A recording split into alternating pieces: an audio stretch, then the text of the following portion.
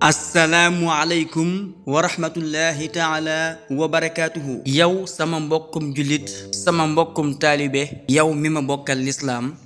ñu bokk alquraanul karim ak sunnas yonente bi sallallahu alayhi wa sallam noo ngi lay nuyu di la siyaare te di la baalu xaq. ginnaaw loolu dañoo fas yéene yeesalaat ak yaatalaat daaray alquraanul karim joo xam ne mi ngi tàmbalee woon ca sunu maam Alsaan Ngoone rahmatullahi alayhi ca jamono yi 1813 ba ci sunu maam Mayaaram Sëy ba ci sëriñ Maxujja Awa Njuga Sëy ba ci sëriñ Cheikh Oumy Sëy rahmatullahi alayhim ndax dëkk bi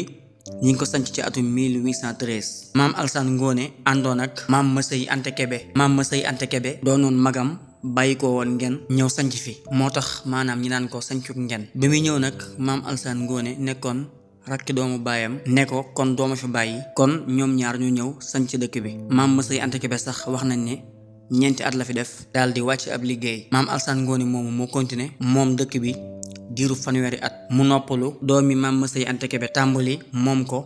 ba ci suñ jamonoy tey jii nga xam ne ku mag ci sët yi ñoom ñaar ñooñu rek yoway borom dëkkum Ngen nga xam ne kon biñ sancee dëkk bi ci atum 1813 ñoom ñaar biñ ñëwee ci lañ sampoon daara maam Alsaan Ngoone dafa sancoon fee daara maam Masëy Anta Kebe moom itam noonu nga xam ne ñoom ñaar ñooñu kenn ku ci nekk say sët am na ñu ci yori daara ji nga xam ne nag moom la maam Alsaan Ngoone sancoon moo doon dox ba ci sëtam maam Mayaaram bi mu nekkee ci daara ji di jàngale ba jàngal ay doomam ab taawam di ki ñuy wax maam Moor Awa Njuga moo jàngalaat ñenn ci njaboot gi ba ci maam Maxujja Awa Njuga sax maam Moor Awa Njuga ko jàngal ginnaaw bi maam Moor Awa Njuga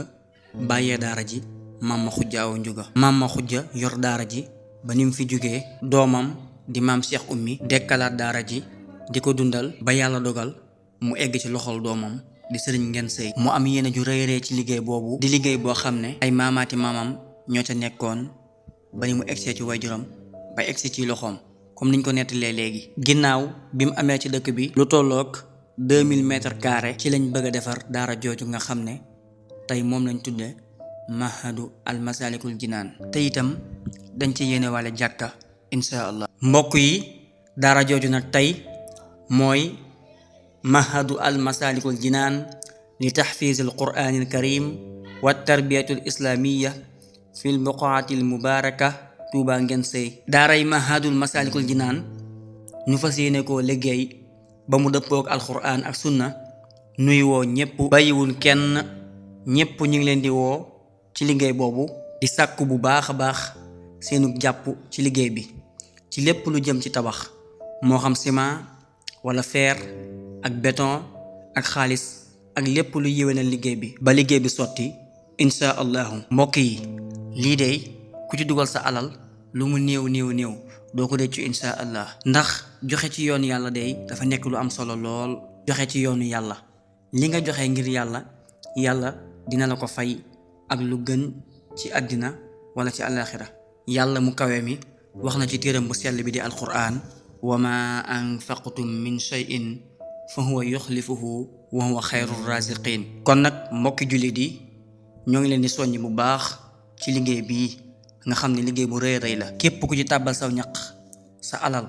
sa xel mu rafet lu mën a doon rek luy jëmale liggéey bi kanam ñoo ngi la ciy woo bu baax taqabbalallahu minna wa minkum